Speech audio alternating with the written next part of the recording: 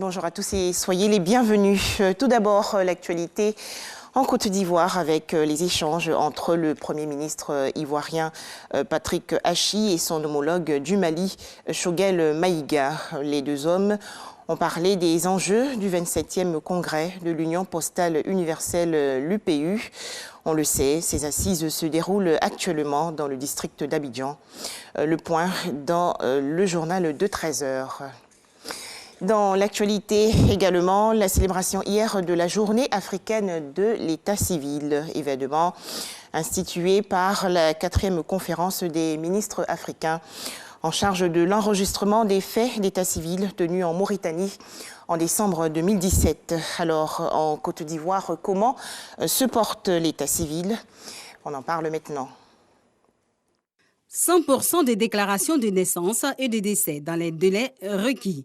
L'Office national de l'état civil et de l'identification ONESI s'active à faire de cette vision du gouvernement une réalité.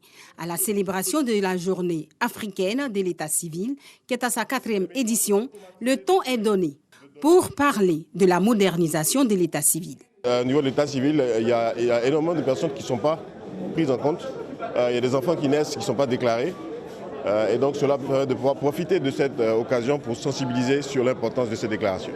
Il s'agit pour nous de rapprocher le dispositif de collecte des faits d'état civil au plus près des populations, à travers donc les points de collecte communautaires et sanitaires, et également à travers ce processus de digitalisation, de fournir les outils nécessaires afin que cette collecte puisse se faire le plus aisément possible. La digitalisation de l'état civil étant la mère des statistiques vitales, le gouvernement est engagé dans ce vaste projet en vue de la planification du développement du pays.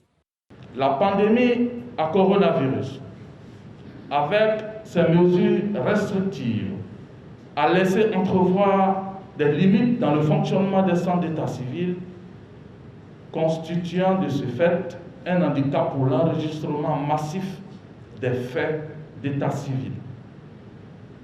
Aussi, cette situation appelle-t-elle urgemment la nécessité de développer des systèmes d'enregistrement et de statistiques des faits d'état civil novateurs.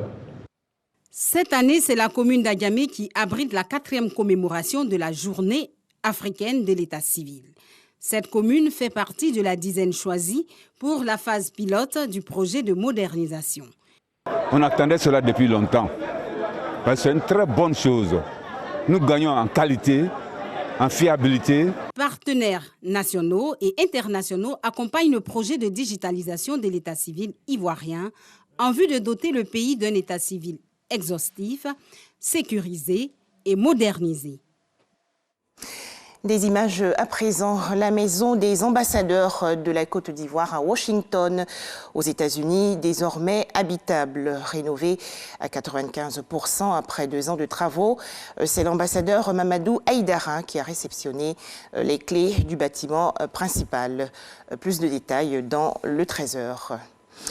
L'actualité au Mali, où un deuil national de 3 jours a été décrété par le président de la transition, Assimi Goïta, pour rendre hommage aux victimes des attaques simultanées qui ont été menées récemment dans 4 villages de la commune de Ouattaguna, dans la région nord. À noter plus de 50 morts dans ces offensives terroristes. La Cour européenne des droits de l'homme, la CEDH, a suspendu provisoirement l'extradition de François Compaoré. Le frère du président burkinabé déchu, Blaise Compaoré, est mis en cause dans l'assassinat en 1998 d'un journaliste d'investigation, Norbert Zongo. Une cinquantaine de feux d'origine criminelle se sont déclarés hier dans la région nord de l'Algérie, notamment en Kabylie. Au moins 42 personnes, dont 17 civils et 25 militaires, sont morts dans les flammes. Enfin, le procès pour corruption de l'ancien président sud-africain Jacob Zuma autour de pots de vin vieux de plus de 20 ans liés à un contrat d'armement a une nouvelle fois été reporté hier. La prochaine audience est fixée au 9 septembre prochain. Voilà, c'est la fin de ce flash d'information. À 13 h, le journal.